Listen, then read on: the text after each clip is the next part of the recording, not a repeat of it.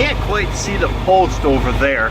I got a good idea. It's somewhere right here. So I just back up to this post. And move myself over a little more for a straighter shot.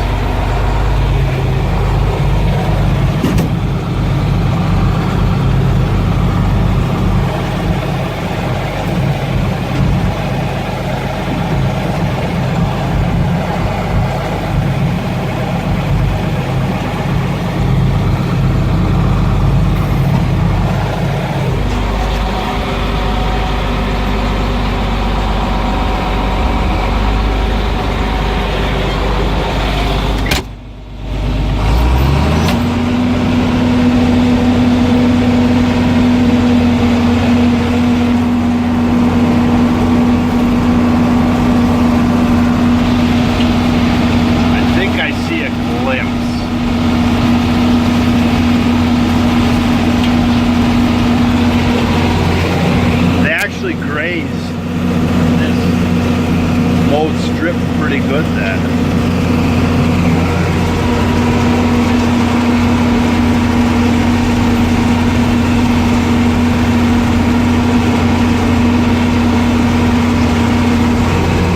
You gotta love this zero loss farming.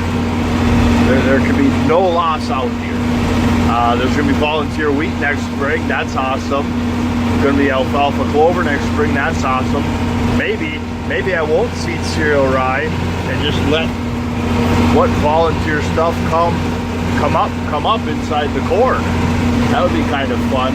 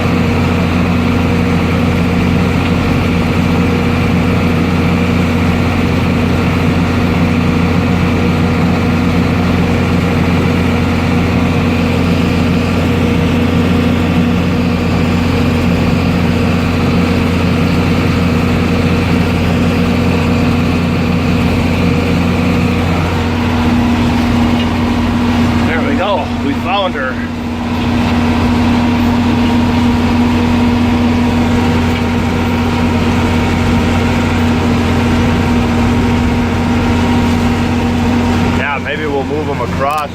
I'm just kind of thinking out loud. No matter what I do, I'm going to move them across quickly.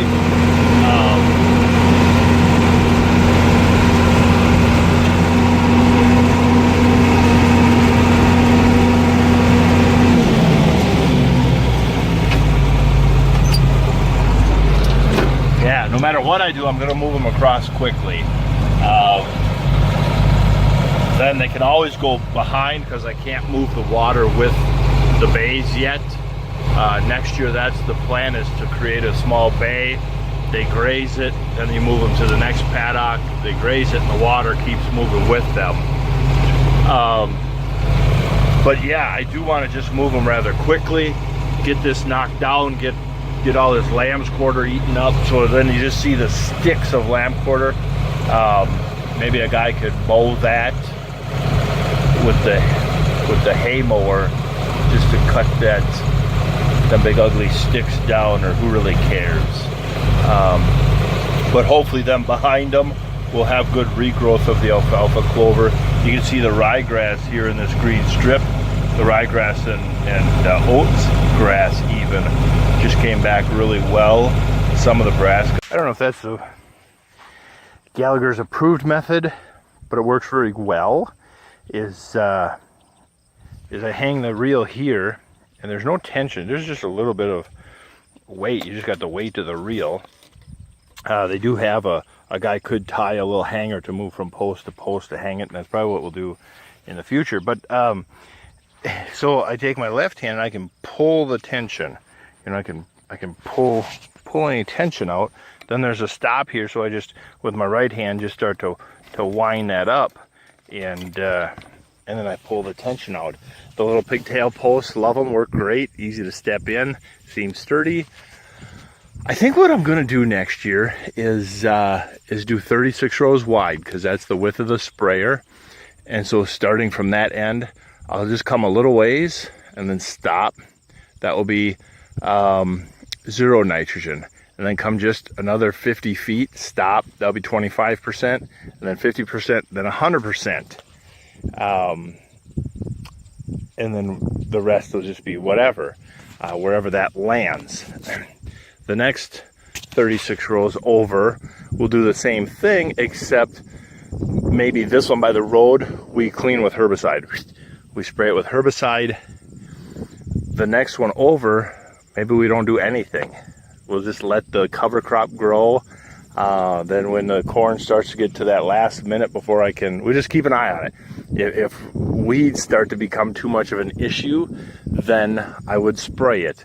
If the cover crop is coming in strong, the oats are coming back, the alfalfa clover is coming back strong and suppressing weeds, then we'll just leave it grow. So then the next 36 would be, again, 0 nitrogen, 25, 50, and 100% nitrogen.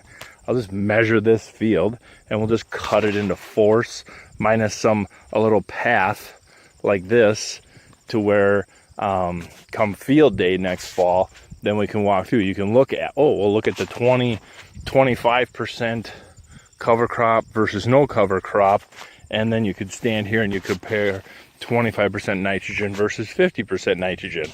The ultimate decider obviously is the weigh wagon, the grain buggy, my Blue Buddy, not visual. So yeah, I think that's what we're gonna do next year. And then on the far side, I'm gonna do 24 rows of a high yield test plot. I have done a little research on that.